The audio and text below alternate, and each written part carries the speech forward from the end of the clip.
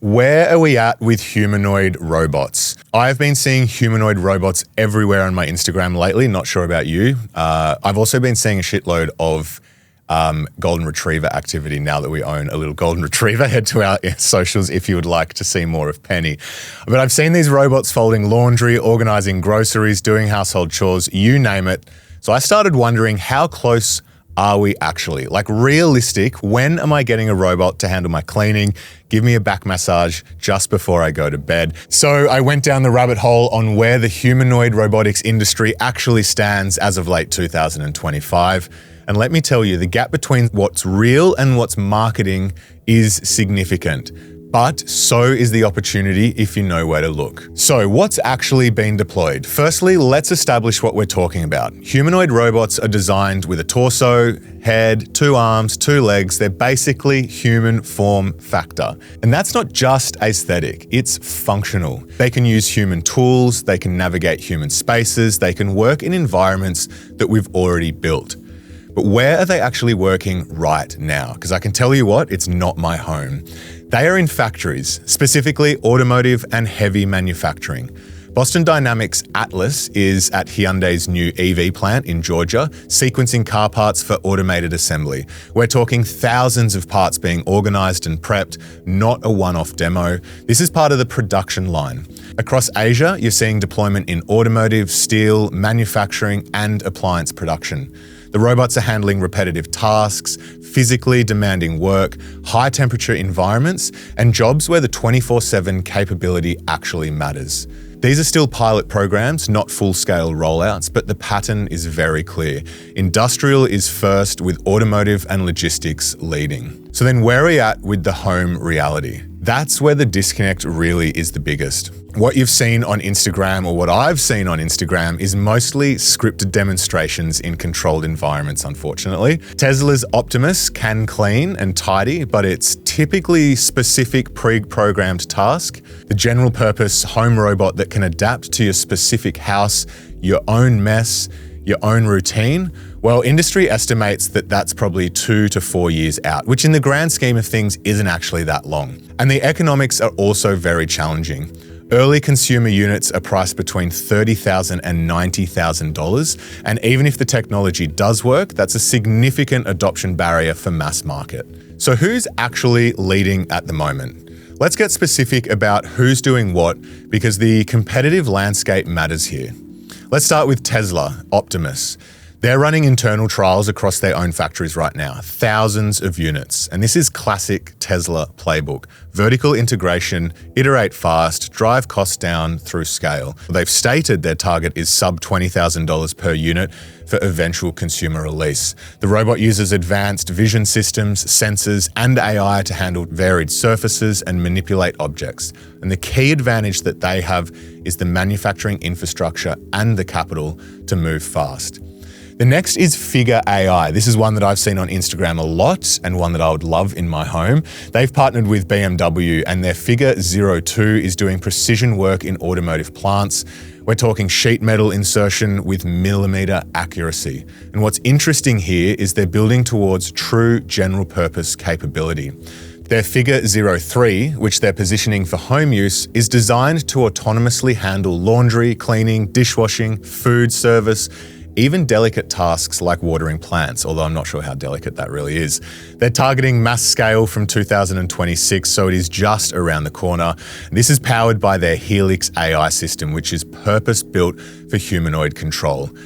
Other players in the market, we've got Apptronik, which runs an Apollo system. They've got commercial partnerships with Amazon, Mercedes-Benz, and Walmart, and their focus is logistics and retail, loading, moving inventory, even apparel folding. Less sexy than home robots, but potentially a faster path to revenue since the value proposition for warehouses is straightforward. Then you've got the Chinese players. You've got UB Tech and Unitree.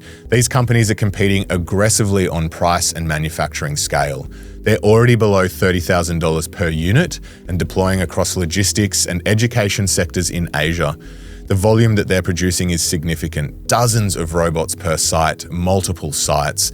They may not have the most advanced AI, but they're proving the business model at lower price points. We have Boston Dynamics. They are one of the leaders in this space. Beyond Atlas, they're the technical benchmark for bipedal mobility and agility. Their robots handle the most complex physical environments. We're talking uneven terrain, obstacles, tasks that require genuine dynamic balance, often deployed for inspection work or dangerous jobs where reliability is critical. Then finally, we have Agility Robotics. Their focus is warehouse and logistic applications, less humanoid in appearance, but similar use case, designed to work alongside humans in existing facilities. So let's talk about the market projections. How big can this get? Where it gets interesting from an investment perspective is the size of the market. Current projections put the humanoid robot market at about $40 billion by 2030 and $180 billion by 2035. That's about a 35% compound annual growth rate. Morgan Stanley's long-range forecast suggests $5 trillion globally by 2050 if adoption reaches expectations across industrial, logistics, hospitality, and consumer markets. Near-term shipments are really telling the adoption story at the moment. Roughly 10 to 18,000 humanoid robots are expected to be shipped in 2025, and we're now really starting to see an inflection point where pilots are starting to convert to serious purchase orders. However, the unit economics are improving faster than most people expected. Basic industrial humanoid robots have dropped from 50,000 to 30,000 in just 1 year, and that is pretty incredible improvement in the cost curve. But here's the math that really matters. Samsung Securities have analyzed the lifecycle cost. If a humanoid robot operates 22 hours a day and doesn't take breaks, sleep, or change shifts over a 5-year lifespan, you're looking at approximately $1.20 per hour. Now, for repetitive, round-the-clock factory or warehouse work, that fundamentally changes the return on investment calculation versus human capital. That is why you're seeing pilot programs accelerate and the business case is starting to close. Now, money is flowing into the system. Over $2.5 billion in venture capital flowed into humanoid robotics in 2024. Figure AI and 1X Technologies each raised over $500 million. And the valuations are going to companies that can demonstrate both advanced AI and manufacturing capability. For retail investors, direct access to these companies is unfortunately limited because most are still private. So, where can we actually invest in this space? Firstly, we've got the AI infrastructure providers. NVIDIA is supplying the chips and software that power these robots, from processors that go inside them to the simulation platforms used to train them. Intel and Microsoft have also invested directly into Figure AI. You've got the established industrial players. ABB is one of the world's largest industrial robotics companies and is spinning off its robotics division as a separate stock in 2026 that'll be a pure robotics play. Rockwell Automation, the ticker is ROK, is another major industrial automation company, and FANUC, the ticker is FANUY, is the world's largest industrial robotics manufacturer. Then you have the software layer. Companies like Teradyne and PTC provide software platforms that help coordinate and manage robotic systems in factories.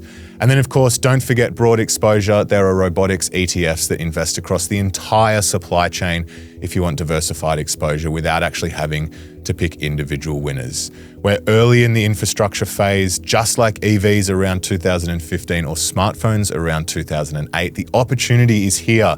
You can see the trajectory, but identifying these specific companies can be difficult at this stage. Now, there are challenges, of course, with these robots, and we'll flash some up on YouTube.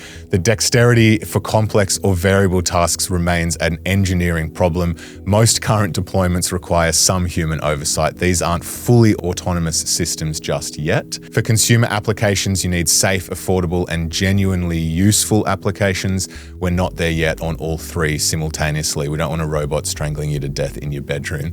Regulatory scrutiny is increasing, particularly in Europe, around labor displacement and safety standards, and that could slow large-scale deployment. And there's a gap between pilot programs and full production rollouts. Many companies are still proving reliability at scale. So, here's where we are actually at. Human robots are moving from research labs into real industrial applications. The technology is advancing, costs are dropping, and capital is flowing in. The market structure is starting to look like other major platform shifts that we've seen before. But this is still early, still volatile, and definitely overhyped in some corners. The investment opportunity is significant and real, but it's about finding the right exposure, whether that's platform winners, component players, or established companies with credible robotics strategies. The specific companies that win aren't obvious yet, but the trajectory is clear enough that this deserves attention, especially as we move from factory floors into logistics, service sectors, and eventually consumer applications. For now, this is a space that I'm going to be watching. I'll be looking at the cost curves, deployment numbers, and which partnerships actually are converting to revenue. Because I believe when this crosses from pilots to production at full scale, and the economics suggest that it will, the compounding effect will be significant. In less than 5 years, we might genuinely have humanoids handling domestic tasks at scale. And hey, that seemed like science fiction only 2 years ago. Now it's a question of timing and execution. Well, that does it for today's episode. I hope you enjoyed it. I will have a co-host with me next episode. Simon, our Mr. Beater, will be joining me. But thank you for listening. I'd love to hear your thoughts on the humanoid robots and whether or not you think you'll have them in your homes in under 5 years. Leave a comment if you're watching on YouTube. We'd also appreciate it if you could leave a rating and a review in your podcast app. But that does it for this episode. Thank you so much for listening. See you next time. I will say this about investing. Everything you do learn is cumulative. What I learned at 20 is useful.